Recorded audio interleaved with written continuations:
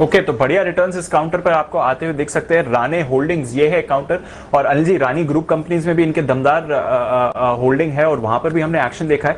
Rane holdings को किस तरह से देखना चाहिए सर? दीप देखिए, सबसे बढ़िया बात है कि ऑटो एंसिलरी स्पेस में वन ऑफ द ओल्डेस्ट और सबसे जाना पहचाना नाम है। प्रोमोटर्स का ट्रैक रिकॉर्ड और जो क्रेडिबिलिटी है वो गजब की है। 90 साल पुराना ग्रुप है और अब तक लगातार ग्रोथ और इन्वेस्टर्स के लिए वेल्थ बना के इस कंपनी ने दिए, तो ये एक बड़ा पॉजिटिव है कंपनी के साथ, और इसीलिए इंस्टीट्यूशनल इन्वेस्टर्स का लगातार भरोसा रहता है। अब बात जो है होल्डिंग कंपनी में हमेशा ये होती है कि वैल्यूएशंस आपके लिए आकर्षक होने चाहिए।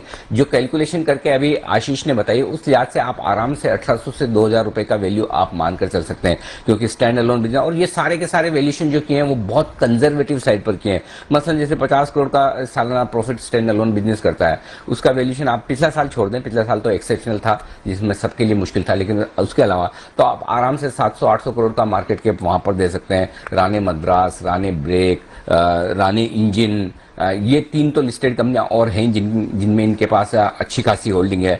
2 अनलिस्टेड कंपनियां और है, राणे लाइट मेटल कास्टिंग और साथ ही राणे TRW स्टीयरिंग, इनमें तगड़ी इनके पास स्टेक है। तो ये सारी स्टेक मिलाकर आराम से, मतलब कंजर्वेटिव साइड पर आप गिनेंगे तो 1800 से 2000 करोड़ का वैल्यूएशन होता है। थोड़ा सा आप एग्रेसिव वैल्यूएशन लेंगे तो 2.5 से 3000 करोड़ का वैल्यूएशन होता है। कंपनी का मार्केट कैप सिर्फ 1000 करोड़ का, तो उससे आप समझ सकते हैं कि कितना बड़ा पोटेंशियल यहाँ से भी स्टॉक में है।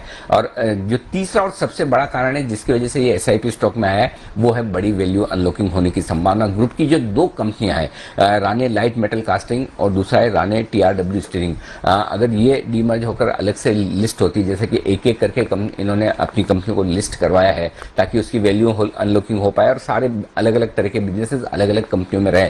तो इस होल्डिंग कंपनी में से जब ये 2 बिजनेस वैल्यूएशन होंगे तो मैं आपको बता रहा हूँ कि एक कंपनी इनकी लिस्टिंग से ही उतना मार्केट कैप इनके लिए अनलॉक होगा जितना अभी ट्रेड कर रहा है। बाकी सारे इन्वेस्टमेंट तो छोड़ दीजिए। तो उस लिहाज से हमें लगता है बड़ी वैल्यू अनलॉकिंग की संभावना है। यहाँ से भी स्टॉक आपको जबरदस्त एक्शन दिखा सकता है। ये टारगेट है, हमें लगता है 1000 रुपए तक के टारगेट लेकर आपको चलने चाहिए यहाँ पर राणे होल्डिंग के लिए। बड़े टारगेट से यहाँ पर बाद में वैल्यू अनलॉकिंग के बाद में और आ सकते हैं, जिनके लिए हम रिव्यू करेंगे। फिलहाल हमें लगता है 850 का छोटा टारगेट, 850 से 900 के छोटे टारगेट लेकर चलें और 1000 रुपए के बड़े टारगेट के साथ चलें। तो ये है राणे होल्डिंग्स जिस पर आपको फोकस करना चाहिए।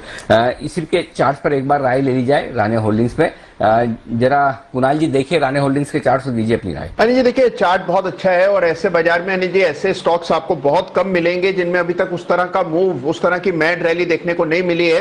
तो राणे होल्डिंग्स अनिल जी हर पैमाने पर सही बैठता है। एक ब्रेकआउट अभी अभी चार्ट पर आता हुआ दिख रहा है। एक बड़ी रेजिस्टेंस थी 720 के आसपास 720, जिस लेवल को स्टॉक ने पार किया है, तो मुझे लगता है 720 के ऊपर टिका रहा तो आपको वन वे रैली 800 रुपए तक देखने को मिलेगी। 800 अगला पड़ाव होगा, 800 रुपए पर एक माइनर कंजेशन है और उसके बाद मुझे लगता है 950 के लेवल्स भी आते हुए दिखेंगे। तो 800 और 950 के टारगेट के लिए राणे होल्डिंग में खरीदारी करनी चाहिए। बड़ा सपोर्ट 720 रुपए पर अब कायम हो गया है।